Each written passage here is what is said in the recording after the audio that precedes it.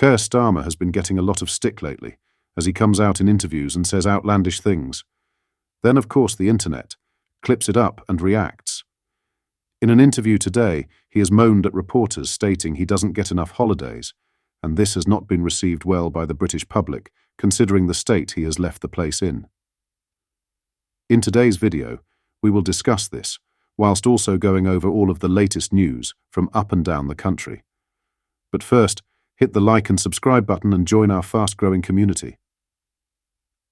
Keir Starmer has admitted being frustrated at not having had a day off since entering number 10, saying, "It would have been good to have got away over the summer." The Prime Minister has been in office for 11 weeks now, after being hurtled into Downing Street with a landslide election victory on July 4th.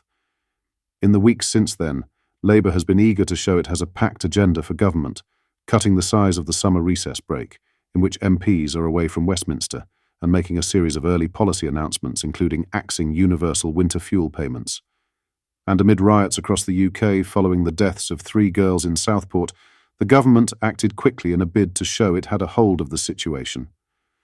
Court hearings were fast-tracked, daily Cobra meetings held, and Starmer cancelled his summer holiday abroad with his family. After less than 3 months in office, the lack of a summer holiday appears to have irked the Prime Minister. "It would have been good to have got away over the summer for a break, if I'm honest, because we've been running at this for a long time," he told The Observer. Whilst the campaign itself was 6 and a bit weeks, the truth is we've been in campaign mode since at least the turn of the year.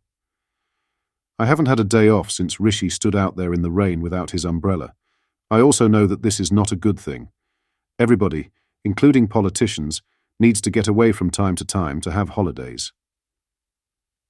After cancelling his family holiday, Starmer instead split his time in August, working from number 10 and the Prime Minister's country retreat of Chequers.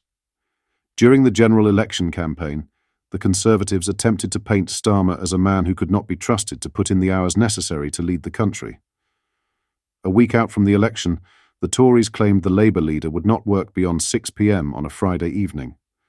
Starmer had said that he tries not to do a work-related thing after 6 o'clock, pretty well come what may, on the last day of the working week, in order to spend time with his family.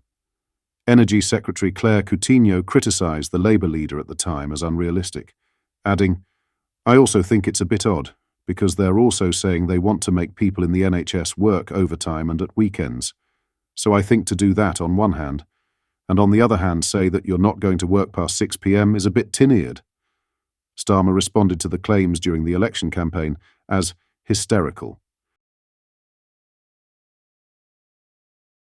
Early long-range weather forecasts ahead of this winter indicate a snowier season and an earlier than usual start to winter conditions. It comes as Labour's own research suggests thousands of pensioners could die amid winter fuel payment cuts. The shocking report, released in 2017, warned that the slashing on the benefit would increase excess deaths by 3,850 that winter. In July, the government announced that the winter fuel payments will be restricted to those on benefits and pension credit, which will impact 10 million elderly people across the UK.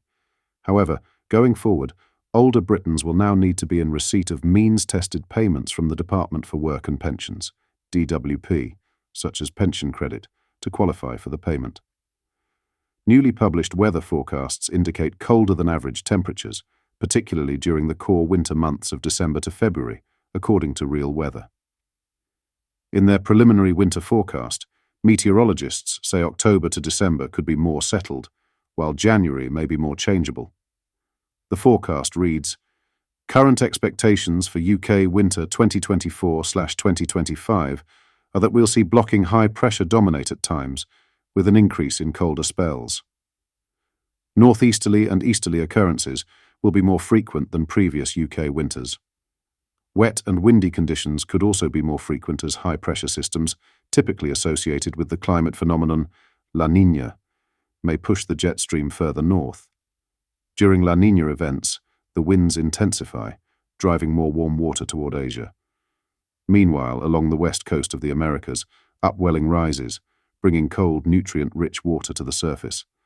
This influx of cold water in the Pacific shifts the jet stream northward. The Chancellor's potential tax raid on pensions has triggered a stampede of savers trying to withdraw lump sums as fears heighten. Britain's pension industry is understood to be receiving a surge in inquiries about tax-free withdrawals, amid concerns Reeves might curb the tax-free sum at a lower amount or slash the proportion pensioners can take. Standard Life, AJ Bell and Royal London are among the pension giants already being bombarded with requests following widespread concern. Under the current lump sum allowance, LSA, Britons aged 55 can withdraw lump sums of up to 25% tax-free, and to the same amount of £268,275. However, the tax-free sum could be capped at a lower amount, or the proportion pensioners can take could be reduced. Former Pensions Minister Sir Steve Webb warns that the sudden rise in retirees interested in withdrawing lump sums is likely to put pressure on pension schemes. Not unreasonably, those who are aged 55 or over are tempted to crystallise their pensions now to get hold of their 25% tax-free cash, and this surge in interest is likely to have put pressure on pension schemes and pension providers, he told The Telegraph. Webb, who is now a partner at consultancy LCP, added that some pension providers may not have the additional employees required cope with a rush. Tom McPhail, of Pensions Consultancy. The Langcat echoes Webb as he suggests pension providers could face an operational bottleneck. He said, "The government's created a context of uncertainty, discomfort and fear around all of this. Restricting the tax-free lump sum is an obvious potential tax raid. It's quite an easy lever to pull. It comes as the government faces calls to reduce the amount of tax-free cash that savers can withdraw, a change that could generate £2 billion for the Treasury." The Institute for Fiscal Studies, IFS, has urged Reeves to slash the limit to a £100,000 cap on the tax-free lump sum, which would impact 1 in 5 pension savers. Experts are warning that the move could destabilise people in their late 50s and early 60s who have already earmarked funds in their retirement plans. According to money experts, a quick withdrawal may not be the best decision, particularly if they are planning to redirect the tax-free cash to a bank account with lower returns. Helen Morrissey, head of retirement analysis at Hargreaves Lansdown, said, "Ripping this out of your pension now to avoid a tax grab may seem like a good idea, but it's something you may come to regret." Downing Street has already revealed plans to cut winter fuel payments for millions of pensioners, prompting concerns about whether similar measures will be introduced.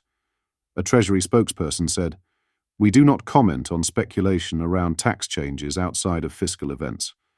What are your thoughts on what we discussed in today's video? Let me know down in the comments section below. If you've not yet already, make sure you do drop a like on this video and subscribe to the channel for more British content. Thank you, take care, goodbye.